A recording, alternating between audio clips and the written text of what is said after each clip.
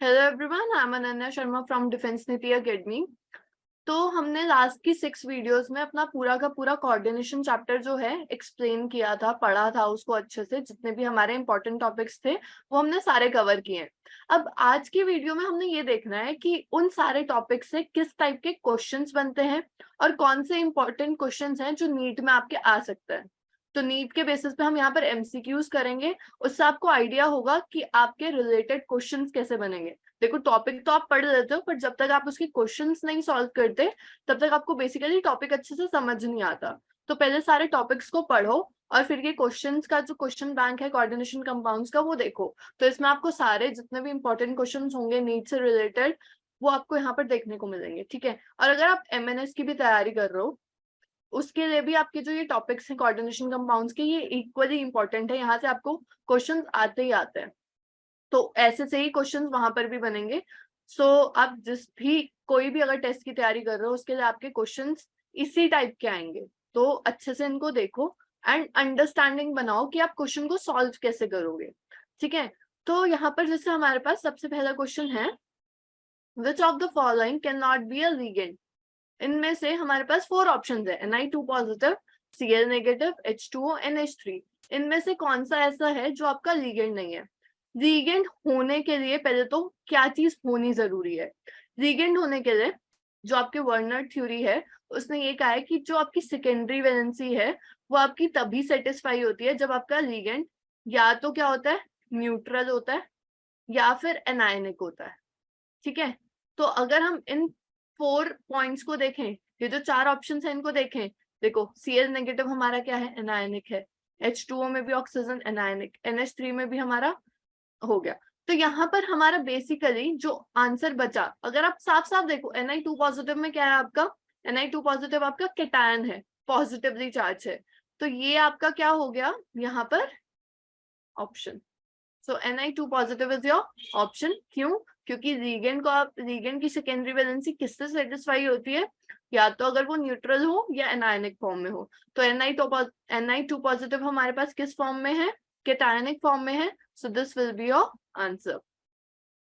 Second question है, which of the following is the coordination entity in K2ZnOH4। अगर आप इसमें पूरे में देखो तो आपकी कोऑर्डिनेशन एंटाइटी कौन सी है। मैंने आपको बताया था कोऑर्डिनेशन एंटाइटी हमेशा स्क्वायर ब्रैकेट्स के अंदर जो होता है हमारा सेंट्रल मेटल एटम और उसके साथ जो लिगेंड्स अटैच होते हैं वो होती है आपकी कोऑर्डिनेशन एंटाइटी। तो फर्स्ट ऑप्शन में तो सिर्फ K पॉजिटिव है जो कि हमारा ब्रैकेट से बाहर है, तो वो नहीं हो सकता।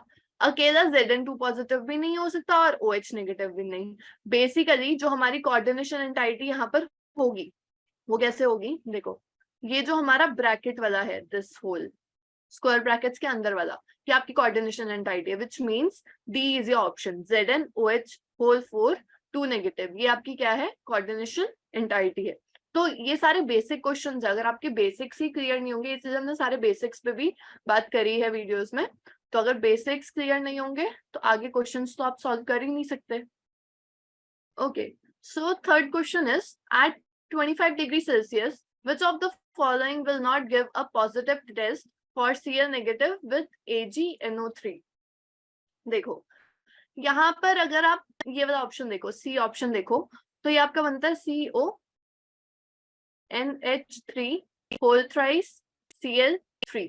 ये पूरा का पूरा आपका किस में आ गया, कोऑर्डिनेशन एंटाइटी में आ गया। यहाँ पर आपके पास कोई भी काउंटर आयन नहीं है, मतलब यहाँ पर आपके पास बाहर, मतलब अगर एक Cl भी होता वो काउंटर आयन में होता तो वो आपका AgNO3 के साथ क्या कर देता, रिएक्शन दे देता और आपको वहां पर टेस्ट देखने को मिलता। बट अगर आप थर्ड केस देखो अपना, थर्ड केस में आपको कोई भी काउंटर आयन नहीं मिलेगा। सो COCl3 3NH3 will not react with AgNO3, वो आपका रिएक्ट नहीं करेगा AgNO3 के साथ, ठीक है। अब मैं आपको एग्जांपल दे देती हूँ, जैसे ये वाला ऑप्शन है हमारा, तो इसका कैसे बनेगा, हमारा CONH3 4, अंदर आपके कितने होंगे, 2 Cl2 होंगे और एक Cl आपका बाहर है काउंटर आयन में। तो ये Cl AgNO3 के साथ टेस्ट दे सकता है। सिमिलरली बी और ए ऑप्शन भी आपके AgNO3 के साथ टेस्ट दे सकते हैं। तो आपने ऑप्शन कौन सा बताना है कि कौन सा ऑप्शन आपका AgNO3 के साथ टेस्ट नहीं देगा, will not give positive test. So COCl3 3NH3 will not give test with AgNO3. क्यों? Because it lack counter ions. उसके पास counter ions नहीं है. This is your answer. Next question, question number 4. Determine which of the following statement about VBT is incorrect. इन चारों में से कौन सी ऐसी statement है जो VBT के अकॉर्डिंग इनकरेक्ट है? देखो, it does not explain the colour of coordination compounds. हाँ, VBT में यही था कि VBT ने कलर ऑफ कोऑर्डिनेशन कंपाउंड्स की एक्सप्लेनेशन नहीं दी थी, तो ये तो सही है, आपने इनकरेक्ट वाला बताना है. Next option is it can distinguish between strong and weak ligands. This one is incorrect. अगर आप सोचो, क्योंकि VBT ने स्ट्रॉन्ग और वीक लिगेंड्स की भी एक्सप्लेनेशन नहीं दी थी, उसकी डिस्टिंग्विशन वहां पर नहीं हुआ था आपका. So this is wrong. According to VBT this option is wrong. So B is your answer. C और D भी आपका करेक्ट है, तो वो आपका इनकरेक्ट में नहीं आएगा. So B will be your answer. Okay, next question. Question 5th is a coordination complex core atom ion is also known as. coordination complex में core atom और ion को क्या बोला जाता है? देखो, पहली बात तो जो आपका core atom होता है coordination sphere का, वो होता है मेटल. मतलब यहाँ पर कोर एटम क्या है? मेटल है. और मैंने आपको बताया था जो आपका सेंट्रल मेटल होता है वो आपका क्या होता है? लुईस एसिड होता है. और क्यों ऐसा? क्यों? क्योंकि जो लुईस एसिड होते हैं वो एक्सेप्ट करते हैं इलेक्ट्रॉन पेयर को. That will accept the electron pair. तो मेटल के पास ही ये कैपेबिलिटी होती है कि वो इलेक्ट्रॉन पेयर को एक्सेप्ट कर सके. तो वो क्या हुआ? Lewis acid. तो आपको यही बस इतना पता होना चाहिए इस क्वेश्चन के लिए कि कोर एटम या आयन को क्या बोलते हैं. तो पहले कोर एटम या आयन हमारा होता क्या है? It is central metal. तो सेंट्रल मेटल हमें पता है यहाँ पर कौन सा ऑप्शन है, दैट इज लुईस एसिड, क्योंकि वो इलेक्ट्रॉन्स को एक्सेप्ट करता है. Question number 6 is identify the correct naming for K3FeCN whole 6. सबसे पहला काम तो करना है कि आपने ऑक्सीडेशन स्टेट निकालनी है. तो ऑक्सीडेशन स्टेट वैसे हम चारों ऑप्शंस में देखें तो +3 आनी चाहिए, बट अपनी तसल्ली के लिए निकालते हैं. K होता है +1, तो +1 × 3, 3 K आना है यहाँ पर, तो +1 × 3 हो जाएगा. प्लस FeX ले लिया, प्लस CN की होती है -1 × 6. ठीक है, तो ये 3 + x - 6 = 0. x = ये दोनों वहां लेकर जाओगे तो +3 ही आएगी. तो आपकी तसल्ली के लिए हमने यहाँ ऑक्सीडेशन स्टेट भी निकाल ली. अब सारे रूल्स को याद रखते हुए आपने यहाँ पर ध्यान देना है कि यहाँ पर जो K3 है, मतलब K है, वो आपका कैटायन है. तो कैटायन हमेशा पहले आता है. तो पोटेशियम देखो किस में पहले है? एक B ऑप्शन में पोटेशियम पहले है और एक D ऑप्शन में पोटेशियम पहले है. फिर CN क्या है आपका? साइनाइड. तो वहां पर कितने हैं? 6. हेक्सा साइनाइडो. ऑब्वियसली साइनो नहीं होगा, साइनाइडो होगा. ठीक है, तो वो क्या बन गया हमारा? पोटेशियम हेक्सासाइनाइडो. और D क्यों लगा है? साइनाइड तो है ही है, साइनाइड तक तो ही होता ही है, वहां पर E छोड़ के O लगा दिया. क्यों? क्योंकि जो साइनाइड है वो कैसा लिगेंड है आपका? अगर आप सोचो पॉजिटिव है नेगेटिव है, तो वो नेगेटिव लिगेंड है. एनायनिक लिगेंड है, तो एनायनिक लिगेंड के साथ O लगता है. और जब आपका लिगेंड एनायनिक हो, मतलब नेगेटिव हो, तो आप सेंट्रल मेटल एटम के साथ 8 लगाते हो. तो यहाँ पर क्या हो गया? फेरेट. तो पोटेशियम हेक्सासाइनाइडो फेरेट, और फेरेट के साथ उसकी oxidation state. So D is your option. Okay, next question. Which of the following compounds does not have a coordination isomer. देखो, अगर आपको कोऑर्डिनेशन सिमेट्री चाहिए, अगर कोऑर्डिनेशन सिमेट्री अगर होती है तो वो तभी होती है जब आपका जो मेटल आयंस हैं वो डिफरेंट हो. मतलब आपको दोनों मेटल आयंस क्या चाहिए? डिफरेंट चाहिए, तब आपके लिगेंड्स एक्सचेंज होते हैं. मेटल आपकी सेम नहीं होनी चाहिए. तो अगर इसमें ऑप्शन पता लगाना इज वेरी इजी. अगर आप देखो B, C और D, ये जो 3 ऑप्शन है, तीनों में जो मेटल है आपके लिगेंड्स के साथ वो डिफरेंट है. यहाँ पर क्रोमियम है, वहां पर कोबाल्ट है, जिंक और यहाँ पर Pt, Cu, Fe. तो तीनों में आपकी जो मेटल है आपस में वो अलग है. बट फर्स्ट ऑप्शन देखें तो फर्स्ट में Ag और Ag सेम आपका सेंट्रल मेटल एटम आता है. ठीक है, तो ऑप्शन विल बी A. आपका सेंट्रल मेटल एटम सेम नहीं होना चाहिए, क्योंकि लिगेंड्स एक्सचेंज होते हैं उसके साथ, तभी आपको कोऑर्डिनेशन सिमेट्री देखने को मिलती है वहां पर. So your answer will be option A. Question number 8, what is the sum of oxidation number of cobalt इसमें एंड COBr2 में? मतलब आपको कोबाल्ट का सम निकालना है ऑक्सीडेशन नंबर इन दोनों में। अगर आप इसकी ऑक्सीडेशन निकालो, पहले इस कंपाउंड की निकालते हैं। इसमें CO क्या हो जाएगा आपका X, ठीक है, प्लस वाटर की होती है 0, वाटर 0 प्लस CN का मैंने आपको बताया -1 प्लस EN पे होता है आपका 0 फिर से। तो ये वहां पर, और देखो यहाँ पर कितना चार्ज है +2, तो इज इक्वल्स टू के उस साइड क्या आ जाएगा +2, तो x इज इक्वल्स टू +2 और ये 1 उस साइड चला गया तो क्या हो गई +3, तो इसकी ऑक्सीडेशन स्टेट कितनी आई +3। बट आपने यहाँ पर सम निकालना है, यहाँ पर आपके पास COBr2 EN होल ट्वाइस भी है, इसका भी आपने निकालना है। तो देखो अगेन CO का x ले लिया प्लस Br होता है हमारा यहाँ पर -1, तो -1 इंटू 2 हो गया प्लस EN का मैंने अभी बताया 0 इज इक्वल्स टू आपका यहाँ पर +1 चार्ज है, तो चार्ज कितना हुआ +1। अब 2 उस साइड जाएगा -2, तो x is equals to 1 + 2 which will be 3। तो यहाँ पर हमारे पास दोनों x कितना आए 3 आए, तो 3 + 3 आपका कितना सम बनता है यहाँ पर 6। तो ये नहीं करना कि एक की निकाल के 3 ऑप्शन कराए, आपने दोनों का सम देखना है वहां पर। तो सम आपके पास क्या आ रहा है यहाँ पर +6, तो ऑप्शन क्या हो गया D. Next question, CuSO4 5H2O is blue in color while CuSO4 is colorless due to। वो बोल रहा है कि जो आपका CuSO4 5H2O है उसमें तो आपको कलर देखने को मिल रहा है विच इज ब्लू, बट अगर आप अकेले CuSO4 को देखो, अगर आप सिर्फ CuSO4 की बात करो तो वो आपका कलरलेस है। उसका रीजन क्या है? उसका रीजन क्या हो सकता है, सिंपल बात करते हैं। यहाँ पर आपका हाइड्रोजन नहीं है, सॉरी वाटर का मॉलिक्यूल्स नहीं है, वहां पर आपके 5 वाटर मॉलिक्यूल्स प्रेजेंट है। वाटर एक तरह से क्या होता है, वाटर इज अ लिगेंड, ठीक है। तो अगर लिगेंड ही एब्सेंट है तो वहां पर जो क्रिस्टल फील्ड स्प्लिटिंग होगी वो नहीं होगी, और अगर क्रिस्टल फील्ड स्प्लिटिंग नहीं होगी तो आपको डी ट्रांजिशंस देखने को नहीं मिलेंगी, है ना, वहां पर डी ट्रांजिशंस ही नहीं होंगी। तो अगर आप अपना बी ऑप्शन देखो which is absence of water ligand, water ligand absent है, D transitions are not possible in CuSO4, so the option is B. क्यों? क्योंकि वहां पर लिगेंड एब्सेंट है और डी ट्रांजिशंस नहीं होती जब क्रिस्टल फील्ड स्प्लिटिंग नहीं होती, और बिना डी ट्रांजिशन के आपको कलर ही देखने को नहीं मिलता। अगर इलेक्ट्रॉन जंप करके ऊपर जा ही नहीं रहा किसी और लेवल पे तो आपको कलर नहीं दिखेगा, ठीक है। So this is your answer B, absence of water.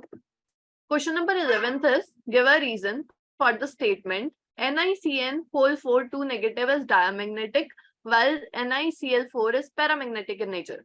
देखो बहुत इजी है, जो CN2 नेगेटिव वाला होगा, CN क्या होता है स्ट्रॉन्ग फील्ड लिगेंड होता है, CN is strong field ligand. तो जहां स्ट्रॉन्ग फील्ड लिगेंड होता है वहां पर d ऑर्बिटल्स में आपकी पेयरिंग हो जाती है, ठीक है, वहां पर इलेक्ट्रॉन्स क्या हो जाएंगे आपके पेयर हो जाएंगे। So there will be no unpaired electron.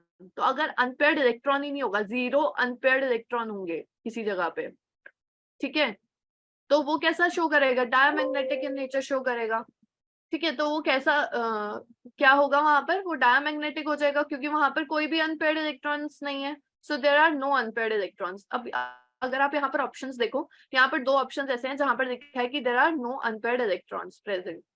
So NiCl4 नहीं, हम NiCN4 नेगेटिव की बात कर रहे हैं, no unpaired electrons are present. पर अब देखते हैं कि ये जो NiCl4 के लिए बोल रहे हैं कि वहां पर 2 अनपेयर्ड इलेक्ट्रॉन्स हैं, वो कैसे हैं। अगर आप देखोगे, देखो अगर हम NiCl4 का करके देखें, NiCl4 2 नेगेटिव, NiCl4 में जो आपका X आएगा मतलब ऑक्सीडेशन स्टेट आएगी वो आएगी आपकी +2, ठीक है, और Ni का आपका एटॉमिक नंबर होता है 28 होता है, 28 होता है, Ni is 28। पर यहाँ पर आपके 2 इलेक्ट्रॉन्स निकल गए तो ये क्या बन गया, Ni26 बन गया। आप नॉर्मल इलेक्ट्रॉनिक कॉन्फ़िगरेशन बना के देखो इसकी, देखो दिस इज आपका 4s and 3d। सबसे पहले 4s में डालते हैं तो आर्गन तक 18 हो गए, 19 20 d में भरो, 20 21 22 23 24 25 26 27 and 28, ठीक है। अब यहाँ पर आपकी +2 ऑक्सीडेशन स्टेट है, तो +2 में आप किसके इलेक्ट्रॉन्स निकाल दोगे, 4s के इलेक्ट्रॉन्स निकाल दोगे, 2 इलेक्ट्रॉन्स 4s के निकल गए, तो 4s का ये जो ऑर्बिटल है वो एम्प्टी हो गया, खाली हो गया। डी को तो आपने नहीं छेड़ा। अब अगर आप डी में यहाँ देखो कितने अनपेयर्ड इलेक्ट्रॉन्स प्रेजेंट है, देयर आर 2 अनपेयर्ड इलेक्ट्रॉन्स, ठीक है। तो 2 अनपेयर्ड इलेक्ट्रॉन्स है। और दूसरी बात, यहाँ पर Cl लिगेंड है, क्लोरीन इज द लिगेंड। और क्लोरीन कैसा लिगेंड है, क्लोरीन हमारा वीक फील्ड लिगेंड होता है। तो यहाँ पर पेयरिंग तो नहीं होगी, मतलब ये इलेक्ट्रॉन उठ के इस वाले ऑर्बिटल में तो नहीं आएगा, तो ये अनपेयर्ड ही रहेंगे। सो ऑब्वियसली NiCl4 के पास कितने अनपेयर्ड इलेक्ट्रॉन्स है, there are 2 unpaired electrons are present. So option B is correct, ठीक है। उसका मैंने आपको रीजन भी समझा दिया। That's now next question is question 12। इसमें आपने चार्जेस पता करने हैं x और y के, कि उन पे कितना चार्ज है, x का कितना चार्ज है और y, this x and this y charges हैं, वो आपने निकालना है। और यहाँ पर आपको ऑक्सीडेशन स्टेट दी हुई है, तो इजीली आप निकाल दोगे। देखो सबसे पहले हम इसको करते हैं। क्या है हमारा कंपाउंड, CONH3 4 ट्वाइस Cl4, और इस पे क्या है, ये x है, ठीक है। CO की ऑक्सीडेशन स्टेट कितनी दी है, +3, तो यहाँ पर +3 +2 इंटू 0, NH3 का 0 होता चार्ज, प्लस Cl4 -1 बताया मैंने, Cl is -1, -1 into 4 is equals to x।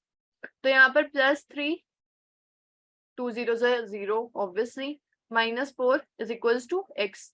तो यहाँ पर आप देखो कितना चार्ज आ रहा है, प्लस माइनस माइनस -1 चार्ज। और माइनस क्यों, अब यहाँ पर मैथमेटिक्स नहीं कर सकते हम, फिर भी एक नॉर्मल कि 4 बड़ा है तो जिस नंबर पे जो साइन होता है वही लगता है बड़े नंबर के साथ।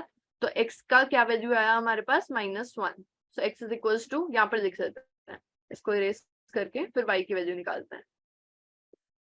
यहाँ पर हमारा x क्या आ गया, x इज इक्वल्स टू -1, ताकि हम भूल लेना। अब हमने y की वैल्यू निकालनी है, which is FeCN whole 6y। बहुत इजी है ये तो, सिंपल। Fe की यहाँ पर आपको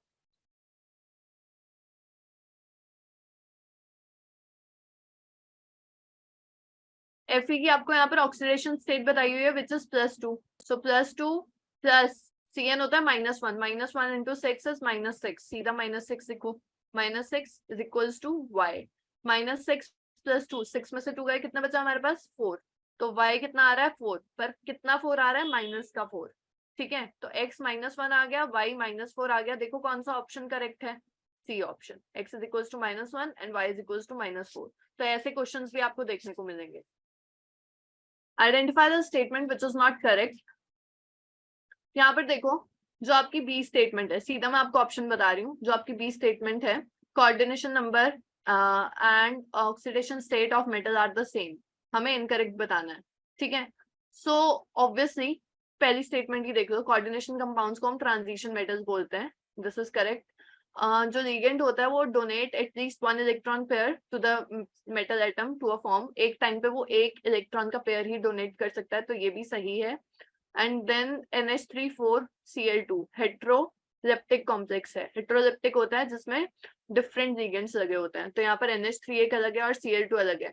तो यहाँ पर A, C और D तीनों ऑप्शन करेक्ट हैं, बी ऑप्शन गलत है। उसका रीजन भी मैं आपको देती हूँ। देखो ये बोल रहा है कि जो कोऑर्डिनेशन नंबर है और ऑक्सीडेशन स्टेट है मेटल की वो सेम होती है, पर ये नेसेसरी नहीं है कि कोऑर्डिनेशन नंबर और ऑक्सीडेशन स्टेट मेटल की हमेशा सेम हो। क्यों, क्योंकि कोऑर्डिनेशन नंबर होता है कि कितने लिगेंड्स अटैच होते हैं आपके सेंट्रल मेटल एटम के साथ, वो आपका कोऑर्डिनेशन नंबर आता है। बट अगर आप ऑक्सीडेशन स्टेट की बात करो तो ऑक्सीडेशन स्टेट में हम क्या देखते हैं कि कितने इलेक्ट्रॉन गेन या लूज हुए हैं, है ना, कितने उसने इलेक्ट्रॉन लूज किए हैं या फिर गेन किए हैं, वो आपका ऑक्सीडेशन स्टेट होता है। तो वो डिफरेंट हो सकती है, ऑब्वियस है। यहाँ पर नंबर ऑफ लिगेंड्स की बात होती है, यहाँ पर इलेक्ट्रॉन्स की बात होती है, इलेक्ट्रॉन पेयर्स की। So this might be different, same भी हो सकता है बट हमेशा नहीं। So this is not necessary that coordination number and oxidation state of metal are the same. So B is the option. Question number 14 is the complex ion which has no d electrons in the central metal atom. अब ये तो check करना पड़ेगा, सबसे पहले ही देख लेते हैं MnO4 नेगेटिव, ठीक है। अगर हम इसमें ऑक्सीडेशन स्टेट निकालें Mn की, so x is equals to x plus oxygen होगा -2 × 4 is equals to -1. So x is equals to -1, 2 4 8, उस साइड जाके +8 हो जाएगा. ठीक है, तो x की ऑक्सीडेशन स्टेट कितनी आ गई? +7. अब Mn का अगर आप देखो एटॉमिक नंबर कितना होता है, आपने ऐसे याद करना है. साइंस टीचर वेरी क्रूअल मांगे. ठीक है, science SC, teacher TI, science teacher very V vanadium, cruel CR, मांगे Mn मैंगनीज. तो 25 पे आ रहा है. 21 22 23 24 एंड 25 आपका, सॉरी फिंगर्स थोड़ा, तो 25 इज योर Mn का एटॉमिक नंबर. ठीक है, अब आप इसके इलेक्ट्रॉन्स फिल करो. ये आपका d ऑर्बिटल है, ये आपका s ऑर्बिटल है. तो सबसे पहले s में भरोगे, this is 4s and this is 3d. तो आर्गन के बाद 19 20 अब तो याद हो जाना चाहिए. 21 22 23 24 25 और 25 ये एटॉमिक नंबर है मैंगनीज का. 25 इज द एटॉमिक नंबर. +7 मतलब यहाँ पर आपने Mn +7 की इलेक्ट्रॉनिक कॉन्फ़िगरेशन लिखनी है. तो देखो +7 मतलब 7 इलेक्ट्रॉन्स निकल जाएंगे. अब कौन कौन से निकलेंगे अगर हम ध्यान से देखें, पहले तो 2 ये निकलेंगे, 2 ये निकल गए. अब लास्ट के पर है 3rd 4th 5th 6th और ये 7th, मतलब इसके सारे के सारे इलेक्ट्रॉन्स बाहर निकल रहे हैं. तो अगर इसमें कोई भी, अगर आप देखो यहाँ पर d इलेक्ट्रॉन्स है, Mn के ये 5 के 5 इलेक्ट्रॉन्स निकल जाएंगे क्योंकि उसकी ऑक्सीडेशन स्टेट क्या है? +7. 2 s के निकाल दिए, जो 5 बचे वो किसके निकालोगे? d से ही निकालोगे. तो Mn में कोई d इलेक्ट्रॉन्स है ही नहीं, तो यहाँ पर ऑप्शन सीधा आ गया आपका A. तो A इज योर ऑप्शन. ऐसे करके देखना है. तो इसके लिए आपको क्या स्टेट्स निकालनी आनी चाहिए, और फिर आती है VBT. VBT अगर आपको आती है तो आप इजीली कर लोगे. Okay, which of the following claims regarding COCN6 3 negative is correct? देखो, जब ये CN आपका स्ट्रॉन्ग फील्ड लिगेंड है, तो स्ट्रॉन्ग फील्ड लिगेंड होने की वजह से यहाँ पर अनपेयर्ड इलेक्ट्रॉन्स तो नहीं होंगे, मतलब B या C में से कोई ऑप्शन होगा. There are no unpaired electrons. अब आपको ट्रिक याद होनी चाहिए यहाँ पर कि CN is strong field ligand, और जो स्ट्रॉन्ग होता है वो लो स्पिन कॉम्प्लेक्सेस देता है. उल्टा होता है, strong will give low and जो आपके वीक फील्ड होते हैं वो हाई स्पिन कॉम्प्लेक्सेस देते हैं. तो यहाँ पर कैसे स्पिन होनी चाहिए? लो स्पिन होनी चाहिए और अनपेयर्ड इलेक्ट्रॉन्स नहीं होने चाहिए. क्यों? क्योंकि वो स्ट्रॉन्ग फील्ड लिगेंड है. डी इलेक्ट्रॉन्स को क्या कर देगा? सबको वहां पर पेयर कर देगा. So there are no unpaired electrons and low spin. So option is C. Now the correct order of field strength among ligands NH3 EN CN CO. इसके लिए आपको स्पेक्ट्रोकेमिकल सीरीज याद होनी चाहिए. मैं यहाँ पर बता देती हूँ. NH3 हमारा सबसे वीक फील्ड है यहाँ पर, देन EN, फिर CN और फिर CO. ये तो सीधा है. तो ऑप्शन क्या हो गया आपका? A. A is option. ये तो इजी था, मतलब उन्होंने पहले से ही करेक्ट. अब ये भी इसलिए देते हैं क्योंकि बच्चों को यूजुअली होता है कि सेम ऑर्डर में क्यों देंगे, तो ट्रिक ही हो जाता है बच्चों के लिए कि हाँ ये ऐसे कैसा सेम ही थोड़ी आंसर होगा. तो वहां पर कंफ्यूज हो जाते हो कि नहीं कोई तो आगे पीछे होगा, बट देखो आंसर वही आया आपका.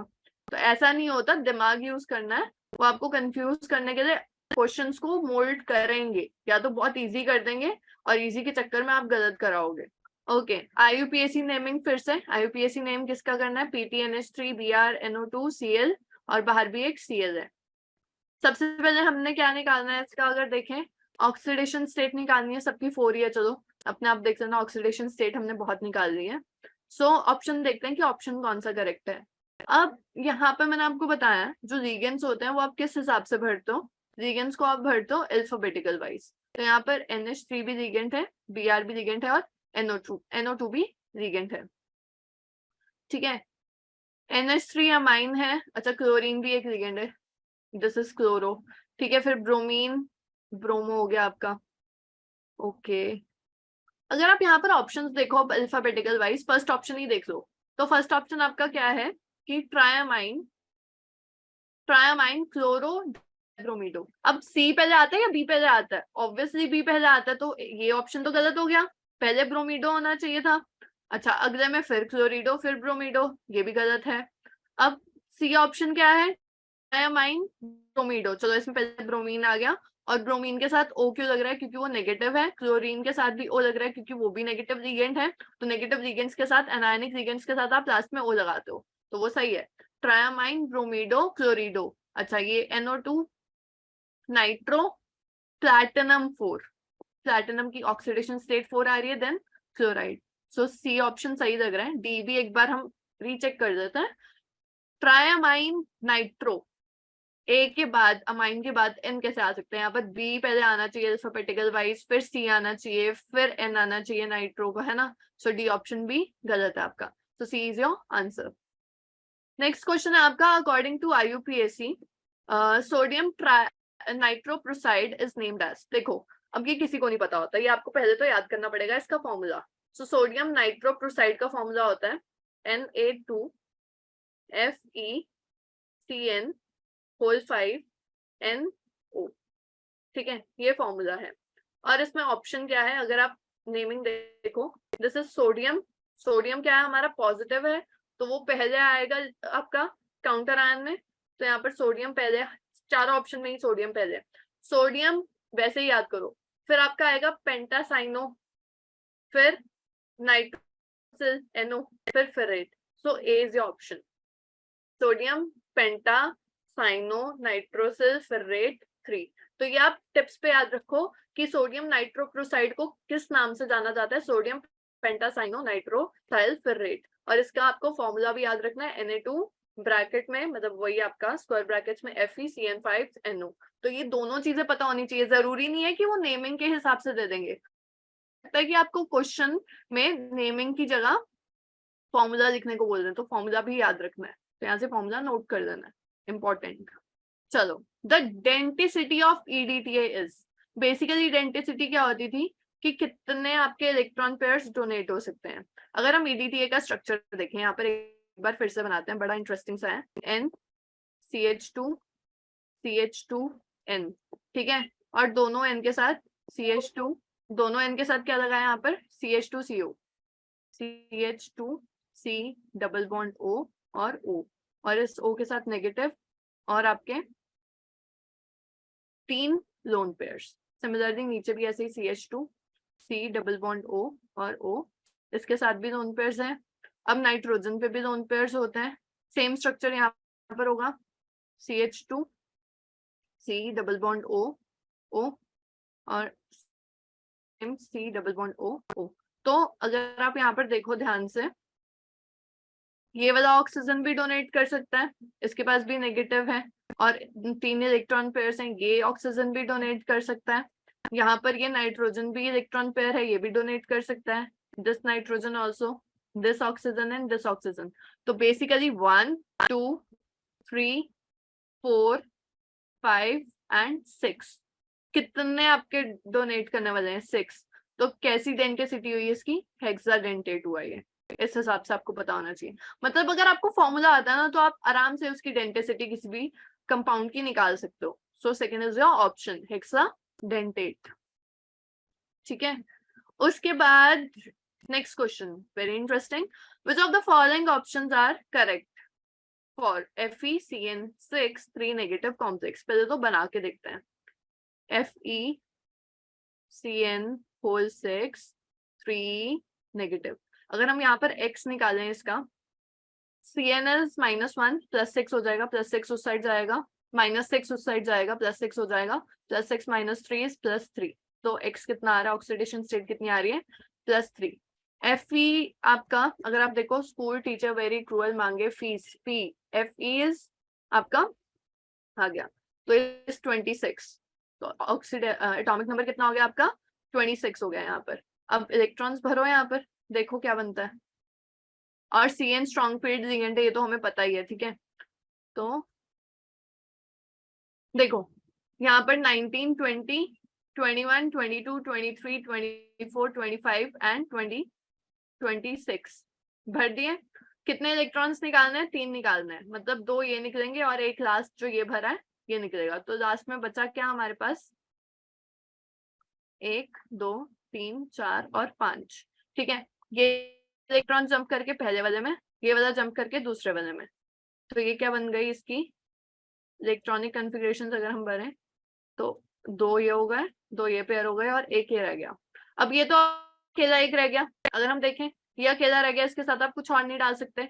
अब CN के भी कितने भरने हैं आपने? 6 भरने हैं, तो वो 6 किस में भरोगे? S में भरोगे और अपने पी में भरोगे। अब ये हम डिफरेंट पेन से भरते हैं, है ना। तो यहाँ पर 6 आपको इलेक्ट्रॉन के पेयर्स भरने हैं। तो ये 1 हो गया, 2, 3, 4, 5 और 6। अगर आप ज्योमेट्री देखो तो ज्योमेट्री अब इसमें नहीं भर सकते थे कि ये खाली था। आपके पास इलेक्ट्रॉन पेयर्स होते हैं, सीएन की स्पिन्स जो होंगी वो 6 स्पिन्स हैं आपके पास बेसिकली, और वो हमेशा 2 के पेयर्स में होती है। तो यहाँ पर अगर आप ज्योमेट्री देखो, ज्योमेट्री क्या बनी, 2 डी के यूज हुए ऑर्बिटल। ये क्या था, दिस इज आपका 3D, 4s और ये 4p, है ना। तो D2s का एक और p के 3, D2sp3 आपकी बन रही है। तो देखो यहाँ पर D2sp3 हाइब्रिडाइजेशन, ऑप्शन ए। ठीक है, D2sp3 हाइब्रिडाइजेशन।